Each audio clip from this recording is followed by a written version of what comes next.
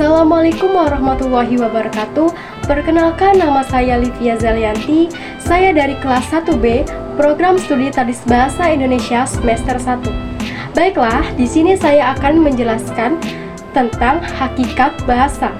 Adapun persoalan yang akan kita bahas pada hari ini, yang pertama, pengertian dari hakikat bahasa, yang kedua, fungsi dari hakikat bahasa, yang ketiga, ciri atau sifat bahasa. Baiklah, berikut adalah penjelasannya. Yang pertama, pengertian hakikat bahasa. Hakikat bahasa adalah bunyi ujar atau lisan. Hal ini dijelaskan dengan menggunakan fakta sejarah bahwa orang atau sekelompok orang masyarakat sejak dulu sudah menggunakan bahasa yang telah disepakati secara lisan. Yang kedua, fungsi hakikat bahasa. Fungsi hakikat bahasa yaitu untuk mengembangkan ilmu pengetahuan. Ilmu pengetahuan dapat berkembang dan dapat dipahami semua orang karena adanya bahasa. Dalam kata lain, bahasa itu memiliki peran mendasar yang harus kita perhatikan. Yang ketiga, ciri atau sifat hakikat bahasa. Yang pertama, bahasa sebagai sistem.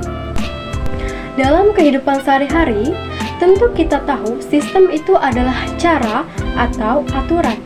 Tetapi dalam keilmuan, sistem adalah susunan yang teratur, berpola, yang membentuk satu kesatuan yang bermakna dan berfungsi. Untuk contohnya, simak penjelasan berikut ini. Baiklah, untuk mendapatkan pengertian yang lebih baik, kita ambil contoh yang konkret. Contohnya yaitu sebuah sepeda motor yang berfungsi kalau unsur-unsurnya atau komponennya sesuai dengan pola atau tempatnya, seperti roda, sedel, kemudi, rantai, rem, lampu, dan sebagainya. Yang kedua, bahasa sebagai lambang. Kata lambang sudah sering kita dengar dalam percakapan sehari-hari. Umpamanya, dalam membicarakan bendera kita sang merah putih, di mana dapat dikatakan merah adalah lambang keberanian dan putih adalah melambangkan kesucian. Kata lambang sering dipadu-padakan dengan kata simbol. Lambang dengan berbagai selak-beluknya dikaji orang untuk kegiatan ilmiah yang disebut dengan ilmu semiotika dan ilmu semiologi. Baiklah, di sini saya akan menjelaskan beberapa tanda yang ada dalam ilmu semiotika. Dalam ilmu semiotika terdapat beberapa jenis tanda, yaitu tanda, lambang, sinyal, gejala, gerak isyarat, kode, indeks, dan icon. Yang pertama ada tanda. Tanda selain dipakai sebagai istilah generik dari semua yang termasuk kajian semiotika, juga sebagai salah satu dari unsur spesifik kajian semiotika itu adalah suatu atau sesuatu yang dapat menandai atau mewakili ide, pikiran, perasaan, benda, dan tindakan secara langsung dan alamiah. Misalnya, kalau di kejauhan tampak ada asap membumbung tinggi, maka kita tahu bahwa di sana pasti ada api, sebab asap merupakan tanda akan adanya api itu. Kemudian jenis tanda yang kedua adalah lambang. Lambang menandai sesuatu yang lain secara konvensional, tidak secara alamiah dan langsung. Misalnya, kalau di jalan kita melihat ada bendera kuning, entah itu terbuat dari kertas atau kain, maka kita akan tahu di daerah itu atau di jalan itu ada orang meninggal. Mengapa? Karena secara konvensional, bendera kuning dijadikan tanda akan adanya kematian. Jenis tanda yang selanjutnya adalah sinyal. Sinyal atau isyarat adalah tanda yang disengaja yang dibuat oleh pemberi sinyal agar si penerima sinyal melakukan sesuatu. Jadi sinyal ini dapat dikatakan bersifat imperatif. Contohnya, bunyi peluit panjang yang ditiup wasit merupakan lambang bahwa permainan telah usai. Bagi penonton, peluit panjang itu menjadi tanda bahwa permainan sudah selesai. Sedangkan bagi pemain, peluit panjang itu menjadi isyarat atau sinyal bahwa mereka harus segera menghentikan permainan itu. Jenis tanda yang selanjutnya adalah gejala. Gejala atau symptom adalah suatu tanda yang tidak disengaja, yang dihasilkan tanpa maksud tetapi alamiah untuk menunjukkan atau mengungkapkan bahwa sesuatu akan terjadi. Misalnya, kalau seseorang menderita demam selama beberapa hari, Lalu dokter yang memeriksa mengatakan ini gejala tipes. Pada saat si dokter mengatakan ini gejala tipes, penyakit tipes itu belum terjadi. Gejala sebenarnya agak mirip dengan tanda, hanya gejala itu agak terbatas, sebab tidak semua orang bisa menjelaskan artinya atau apa yang akan terjadi nanti. Sedangkan tanda itu berlaku umum. Kemudian jenis tanda yang selanjutnya adalah gerak isyarat. Gerak isyarat atau gestur adalah tanda yang dilakukan dengan gerakan anggota badan dan tidak bersifat imperatif seperti pada sinyal. Gerak isyarat ini mungkin merupakan tanda, juga merupakan simbol. Misalnya, kalau seekor simpanse menunjukkan kepada temannya gerakan-gerakan seperti sedang makan, itu menjadi tanda bahwa dia lapar. Bagi binatang seperti simpanse, gerak isyarat atau gestur ini merupakan alat komunikasi yang utama. Jenis tanda yang selanjutnya adalah kode. Kode memiliki ciri sebagai tanda adalah adanya sistem, baik yang berupa simbol, sinyal, maupun gerak isyarat yang dapat mewakili pikiran, perasaan, ide, benda, dan tindakan yang disepakati untuk maksud tertentu. Kemudian jenis tanda yang selanjutnya adalah indeks. Indeks adalah tanda yang menunjukkan adanya sesuatu yang lain. Contohnya seperti asap yang menunjukkan adanya api. Kemudian suara gemuruh air yang menunjukkan adanya sungai atau air terjun. Kemudian petunjuk arah yang ada di jalan. Kemudian ciri bahasa yang selanjutnya adalah bahasa adalah bunyi. Bahasa adalah bunyi adalah bahasa yang dihasilkan dari alat ucap manusia. Tetapi tidak semua bunyi yang dihasilkan oleh alat ucap manusia itu adalah bahasa. Contohnya adalah batuk, teriak, bersin, orokan seseorang itu tidak termasuk bahasa karena tidak bisa dikombinasikan dengan bunyi-bunyi lain untuk menyampaikan pesan. Kemudian ciri bahasa yang selanjutnya adalah bahasa itu bermakna. Seperti yang sudah kita bahas sebelumnya, bahasa adalah lambang yang mengacu suatu pikiran, suatu ide, suatu konsep. Maka dapat dikatakan bahasa itu memiliki makna. Jadi, sekali lagi, bentuk-bentuk yang tidak memiliki makna dalam bahasa apapun bukanlah bahasa. Sebab fungsi bahasa adalah menyampaikan ide, pesan, konsep, atau pikiran. Ciri bahasa yang selanjutnya adalah bahasa itu arbiter.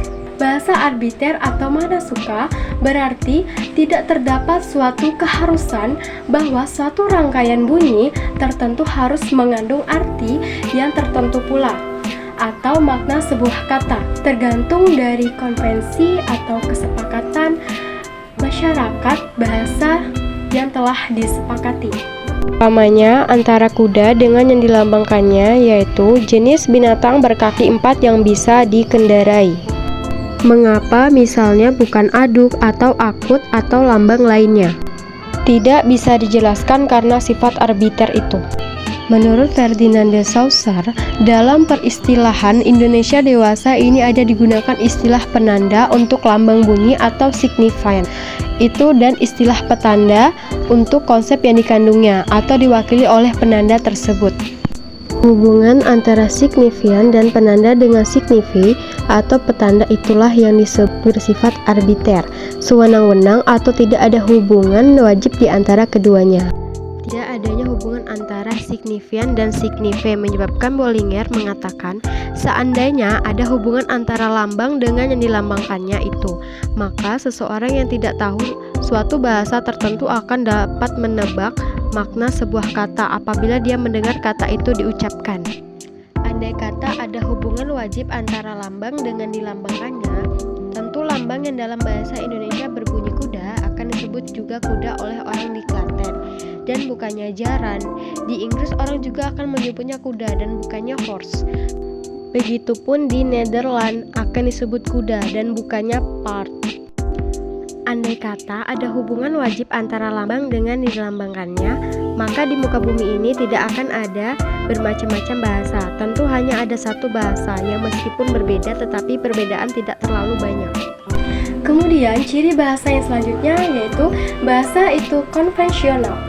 Konvensional menandakan kesepakatan umum terkait hal-hal yang lampau, seperti adat istiadat, kebiasaan yang sudah terjadi sejak lama, yang memiliki arti tradisional.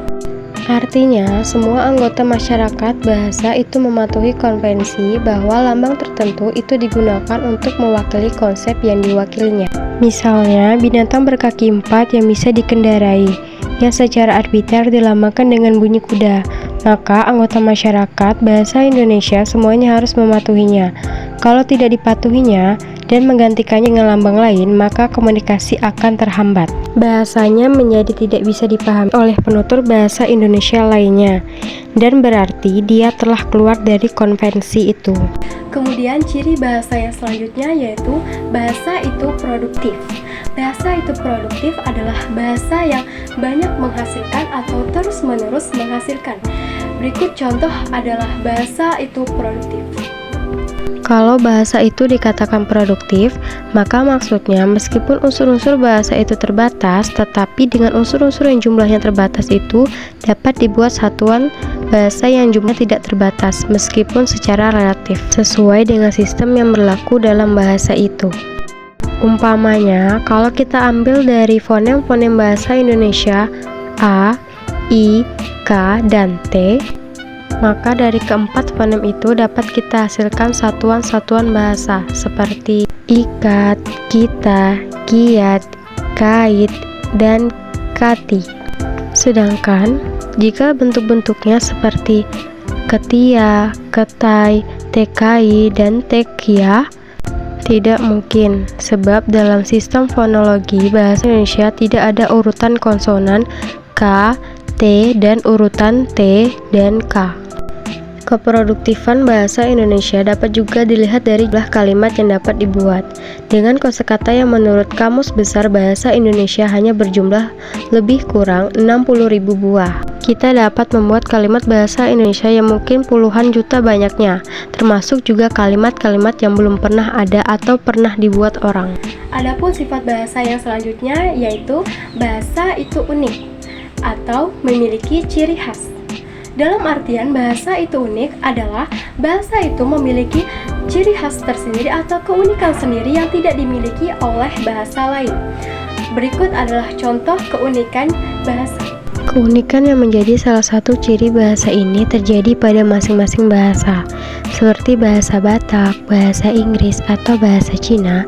Kalau keunikan terjadi pada sekelompok bahasa berada dalam satu rumpun atau satu kelompok bahasa, lebih baik jangan disebut keunikan, melainkan ciri dari rumpun atau golongan bahasa itu.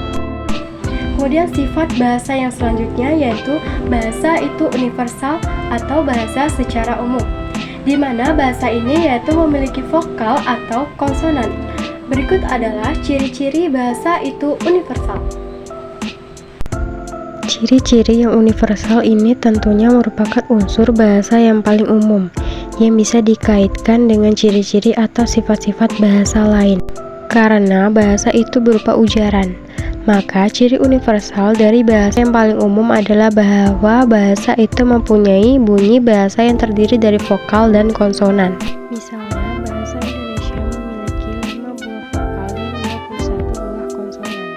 Sedangkan bahasa Arab mempunyai 3 buah vokal pendek dan 3 buah vokal panjang, serta 28 buah konsonan. Bahasa Inggris memiliki 16 buah vokal, termasuk diftong, dan 24 buah konsonan. Bukti lain dari universalan bahasa adalah bahwa setiap bahasa mempunyai satuan-satuan bahasa yang bermakna, entah satuan yang namanya kata, frase, kloasa, kalimat, dan wacana. Universal kalau dilihat dari rumpunnya atau subrumpun sebagai satuan, dan keunikan kalau dilihat dari rumpun atau subrumpun lain. Ada juga yang mengatakan bahwa ciri umum yang dimiliki bahasa-bahasa yang berada dalam satu rumpun atau subrumpun, atau juga dimiliki oleh sebagian besar bahasa-bahasa yang ada di dunia, ini sebagai ciri setengah universal. Kalau dimiliki oleh semua bahasa yang ada di dunia, ini baru disebut universal. Kemudian sifat bahasa yang selanjutnya yaitu bahasa itu dinamis. Bahasa itu dinamis adalah bahasa yang bisa berubah-ubah dengan seiring perkembangan. Perubahan bahasa bisa terjadi pada semua tatarannya. Berikut tatarannya. Perubahan bahasa bisa terjadi pada semua tataran, baik fonologi, morfologi, sintaksis, sematik, maupun leksikon. Misalnya bahasa Indonesia dulu belum mengenal fonem F, KH, dan SY ketika fonem itu dianggap sama dengan P, K, dan S, sehingga kata fikir disamakan dengan kata pikir, kata kabar sama dengan kata kabar, dan kata masyarakat sama dengan kata masyarakat. Tetapi kini keberadaan tiga fonem itu yang berbeda dengan fonem P, K, dan S dianggap otonom, sebab terdapat pasangan minimal yang membedakan fonem F dari P, KH dari K, dan SY dari S. Dalam bidang morfologi, keberadaan alomorf, meng, yang dulu diharamkan, kini dianggap otonom, karena kehadirannya berkaidah, yaitu pada kata dasar yang eka suku. Begitupun juga bentuk kata dimengerti yang pada tahun 50 diharamkan para guru, tetapi kini tidak dipersoalkan lagi. Perubahan yang paling jelas dan paling banyak terjadi adalah bidang leksikon dan semanik. Barangkali hampir setiap saat kata-kata baru muncul sebagai akibat perubahan budaya dan ilmu, atau ada kata-kata lama yang muncul dengan makna baru. Hal ini mudah dipahami karena kata sebagai satuan bahasa terkecil adalah sarana atau wadah untuk menampung suatu konsep yang ada dalam masyarakat bahasa. Dengan terjadinya perkembangan kebudayaan, perkembangan ilmu dan teknologi, tentu bermunculannya konsep-konsep baru yang tentunya disertai wadah penampungnya, yaitu kata-kata atau istilah-istilah baru. Betapa pesatnya perkembangan leksikon dalam bahasa Indonesia dapat kita lihat kalau kita membandingkan jumlah kata yang ada di dalam Kamus Umum Bahasa Indonesia susunan WJS Perwadarminta yang hanya berjumlah sekitar 23.000 buah dengan kata yang terdapat di dalam Kamus Besar Bahasa Indonesia yang berjumlah lebih dari 60.000 buah. Bukan tidak mustahil dalam waktu yang tidak terlalu lama bahasa Indonesia akan mempunyai 100.000 buah kosakata. Perubahan dalam bahasa ini dapat juga bukan terjadi berupa pengembangan dan perluasan, melainkan berupa kemunduran sejalan dengan perubahan yang dialami masyarakat bahasa yang bersangkutan. Berbagai alasan sosial dan politis menyebabkan banyak orang meninggalkan bahasanya atau tidak lagi menggunakan bahasanya, lalu menggunakan bahasa lain. Di Indonesia, kabarnya telah banyak bahasa daerah yang telah ditinggalkan para penuturnya, terutama dengan alasan sosial. Jika ini terjadi terus-menerus, maka pada suatu saat kelak banyak bahasa yang hanya berada dalam dokumentasi belaka, karena tidak ada lagi penuturnya. Contohnya yang konkret adalah bahasa Latin dan bahasa Sanskerta. Masih untung kosakata bahasa Latin dan Sanskerta tetap dipakai sebagai istilah dalam bidang ilmu pengetahuan. Kemudian sifat bahasa yang selanjutnya yaitu bahasa itu bervariasi. Bahasa itu bervariasi adalah bahasa yang memiliki keragaman atau bahasa daerah. Berikut ini adalah 3 istilah yang mengenai variasi bahasa.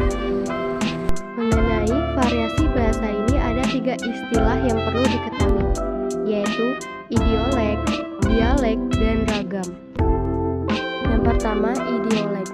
Idiolek adalah variasi atau ragam bahasa yang bersifat perseorangan. Setiap orang tentu mempunyai ciri khas bahasanya masing-masing. Kalau kita banyak membaca karangan orang yang banyak menulis, misalnya Hamka Sultan Takdir, Ali Syahbana, Hemingway, atau Mark Twain, maka kita akan dapat mengenali ciri khas atau idiolek pengarang-pengarang itu. Dialek adalah variasi atau bahasa yang digunakan oleh sekelompok anggota masyarakat pada suatu tempat atau suatu waktu. Misalnya, kita di Indonesia mengenal adanya bahasa Jawa dialek Banyumas, bahasa Jawa dialek Tegal, bahasa Jawa dialek Surabaya, dan sebagainya.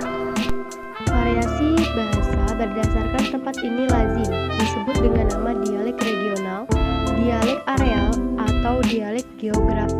Variasi bahasa yang digunakan pada masa tertentu, misalnya bahasa Indonesia zaman Balai Pustaka, bahasa Indonesia zaman Orde Baru, atau bahasa Indonesia zaman Abdullah bin Abdul Qadir Munsyi, lazim disebut dialek temporal atau juga kronolog. Sedangkan variasi bahasa yang digunakan sekelompok anggota masyarakat dengan status sosial tertentu disebut dialek sosial atau sosolek. Kemudian ragam. Ragam atau ragam bahasa adalah variasi bahasa yang digunakan dalam situasi, keadaan, atau untuk keperluan tertentu. Untuk situasi formal, digunakan ragam bahasa yang disebut ragam baku atau ragam standar. Untuk situasi yang tidak formal, digunakan ragam yang tidak baku atau ragam non-standar. Dari sarana yang digunakan, dapat juga dibedakan adanya ragam lisan dan ragam tulisan.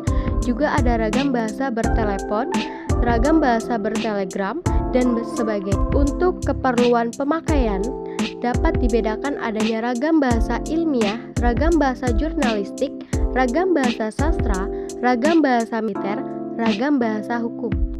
Anggota masyarakat, suatu bahasa biasanya terdiri dari berbagai orang dengan berbagai status sosial dan berbagai latar belakang budaya yang tidak sama. Anggota masyarakat, bahasa itu ada yang berpendidikan, ada yang tidak. Ada yang tinggal di kota, ada yang tinggal di desa. Ada orang dewasa, ada pula kanak-kanak. Ada yang berprofesi, dokter, petani, pegawai, kantor, nelayan, dan sebagainya. Oleh karena itu, karena latar belakang dan lingkungannya yang tidak sama, maka bahasa yang mereka gunakan menjadi bervariasi atau beragam, di mana antara variasi atau ragam yang satu dengan yang lain seringkali mempunyai perbedaan yang besar. Setiap bahasa digunakan oleh sekelompok orang yang termasuk dalam suatu masyarakat bahasa. Siapakah yang menjadi atau termasuk dalam suatu masyarakat bahasa? Yang termasuk dalam suatu masyarakat bahasa adalah mereka yang merasa menggunakan bahasa yang sama. Jadi, kalau disebut masyarakat bahasa Indonesia adalah semua orang yang merasa memiliki dan menggunakan bahasa Indonesia. Yang termasuk anggota masyarakat bahasa Sunda adalah orang-orang yang merasa memiliki dan menggunakan bahasa Sunda. Dan yang termasuk anggota masyarakat bahasa Madura adalah mereka yang merasa memiliki dan menggunakan bahasa Madura. Dengan demikian, banyak orang Indonesia yang menjadi lebih dari satu anggota masyarakat bahasa, karena di samping dia sebagai orang Indonesia, dia juga menjadi pemilik dan pengguna bahasa daerahnya. Sifat bahasa yang selanjutnya yaitu bahasa itu manusiawi. Dapat disimpulkan bahwa alat komunikasi manusia berupa bahasa adalah bersifat manusiawi. Dalam artian, bahasa itu manusiawi adalah bahasa yang hanya digunakan atau dapat digunakan oleh manusia. Dalam kisah nabi-nabi, ada diceritakan bahwa Nabi Sulaiman dapat berbicara dengan kupu-kupu dan mengerti percakapan Raja Semut dengan pasukannya. Pertanyaan ini diperkuat lagi dengan adanya fakta bahwa ada beberapa jenis burung yang dapat diajar berbicara, atau lebih tepatnya, kalau dikatakan burung-burung itu dapat menirukan ucapan manusia. Adanya kisah ini menimbulkan pertanyaan, apakah binatang mempunyai bahasa? Kalau kita menyimak kembali ciri-ciri bahasa yang sudah dibicarakan di muka, bahwa bahasa itu adalah sistem lambang bunyi yang dihasilkan oleh alat manusia, bersifat arbiter, bermakna, dan produktif, maka dapat dikatakan bahwa binatang itu tidak mempunyai bahasa. Misalnya lebah madu, seperti dilaporkan Kurt von Fries, menggunakan gerak tari tertentu untuk menyampaikan berita adanya sumber madu kepada teman-temannya. Burung gereja menggunakan siulan dengan nada tertentu untuk menyatakan maksud tertentu, sedangkan kera menggunakan teriakan, gerak tubuh, serta mimik wajah sebagai alat komunikasinya. Begitu juga dengan binatang-binatang lain, tentu mempunyai alat komunikasinya masing-masing. Dari peneliti para pakar terhadap alat komunikasi binatang bisa disimpulkan bahwa satuan-satuan komunikasi yang dimiliki binatang-binatang itu bersifat tetap. Binatang tidak dapat menyampaikan konsep baru atau ide baru dengan alat komunikasinya itu, selain yang secara alamiah telah dimiliki, yang pada umumnya hanya berkisar pada sekitar kebutuhan hidup dan biologisnya. Memang ada binatang seperti anjing, simpanse, dan lumba-lumba yang dapat dilatih untuk bisa melakukan perintah manusia. Tetapi yang dapat dilakukan tetap terbatas pada perintah-perintah yang telah dilatihkan. Perintah baru yang belum dikenal tidak akan dilakukan oleh binatang itu, apalagi berinisiatif untuk melakukan sesuatu yang di luar kebiasaannya. Begitu juga dengan burung beo yang bisa menirukan suara manusia itu. Ternyata burung ini juga hanya dapat menirukan dan mengulang-ulang ucapan yang pernah dilatih atau pernah berulang-ulang didengarnya. Dia tidak akan dapat mengucapkan kalimat-kalimat baru yang belum pernah didengarnya. Hal ini jauh berbeda dengan manusia. Asal saja alat ucap manusia normal, manusia akan dapat membuat kalimat-kalimat baru yang belum pernah ada, dan dapat juga memahami kalimat-kalimat baru yang diucapkan orang lain, meskipun kalimat-kalimat itu baru pada saat itu didengarkan. Sebetulnya yang membuat alat komunikasi manusia itu yaitu bahasa, produktif dan dinamis, dalam arti dapat dipakai untuk menyerang sesuatu yang baru, berbeda dengan alat komunikasi binatang yang hanya itu-itu saja dan sintaksis. Tidak dapat dipakai untuk menyatakan sesuatu yang baru, bukanlah terletak pada bahasa itu dan alat komunikasi binatang itu, melainkan pada perbedaan besar hakikat manusia dan hakikat binatang.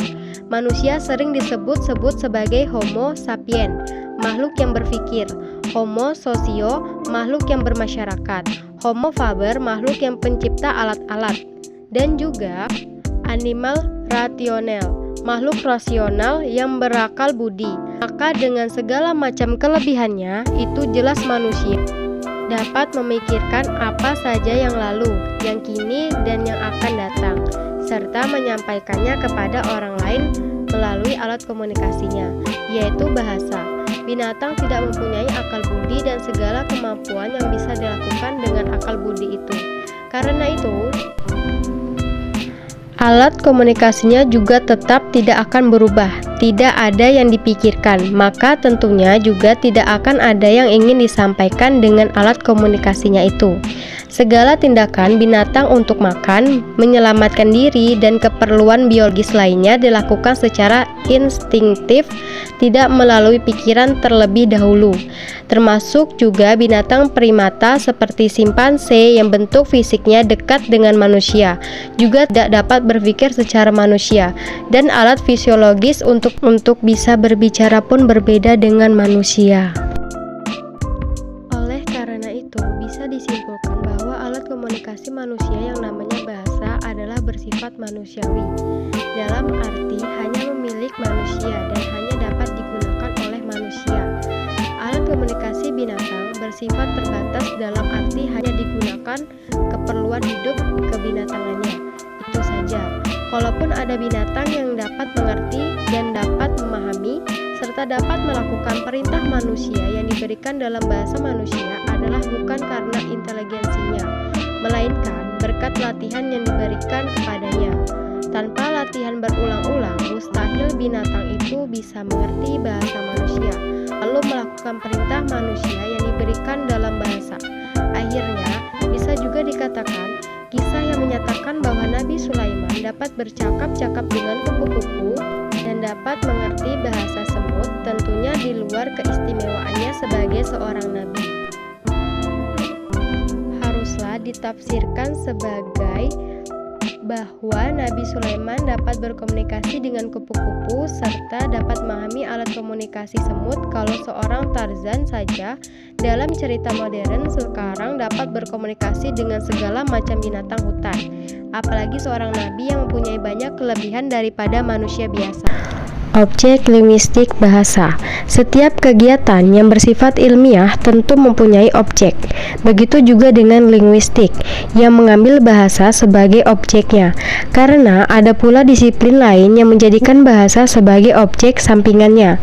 Maka ada baiknya kita bicarakan dulu apakah bahasa itu agar bisa dipahami bagaimana pendekatan linguistik terhadap objeknya dan bagaimana bedanya disiplin lain terhadap bahasa itu. Kata bahasa dalam bahasa Indonesia memiliki dari satu makna atau pengertian, sehingga seringkali membingungkan untuk dijelaskan. Dalam pendidikan formal di sekolah menengah, kalau ditanya apakah bahasa itu, biasanya akan dijawab bahasa adalah alat komunikasi. Jawaban ini tidak salah, tetapi juga tidak benar, sebab jawaban itu hanya menyatakan bahasa adalah alat. Jadi fungsi dari bahasa itu yang dijelaskan, bukan sosok bahasa itu sendiri. Memang benar, fungsi bahasa adalah alat komunikasi bagi manusia, tetapi pertanyaan yang diajukan di atas bukan apakah fungsi bahasa, melainkan apakah bahasa itu. Maka jawabannya harus berkaitan dengan sosok bahasa itu, bukan tentang fungsinya. Jawaban bahwa bahasa adalah alat komunikasi untuk pertanyaan apakah bahasa itu memang wajar terjadi karena bahasa itu adalah fenomena sosial yang banyak seginya. Sedangkan segi fungsi tampaknya merupakan segi yang paling menonjol di antara segi-segi lainnya. Karena itu tidak mengherankan kalau banyak juga pakar yang membuat definisi tentang bahasa dengan pertama-tama menonjolkan segi fungsinya itu. Oleh karena itu, meskipun bahasa itu tidak pernah lepas dari manusia, dalam arti tidak ada kegiatan manusia yang tidak disertai bahasa, tetapi karena rumitnya menemukan suatu paralel bahasa atau bukan hanya dialek saja dari bahasa yang lain, maka hingga kini belum pernah ada angka yang pasti berapa jumlah bahasa yang ada di dunia ini. Sekian video penjelasan dari saya tentang hakikat bahasa. Semoga bermanfaat. Terima kasih. Wassalamualaikum warahmatullahi wabarakatuh. I'm fine. 괜찮아, ning, ning, ning, ning, ning. Kung may nahan rasa, sakit.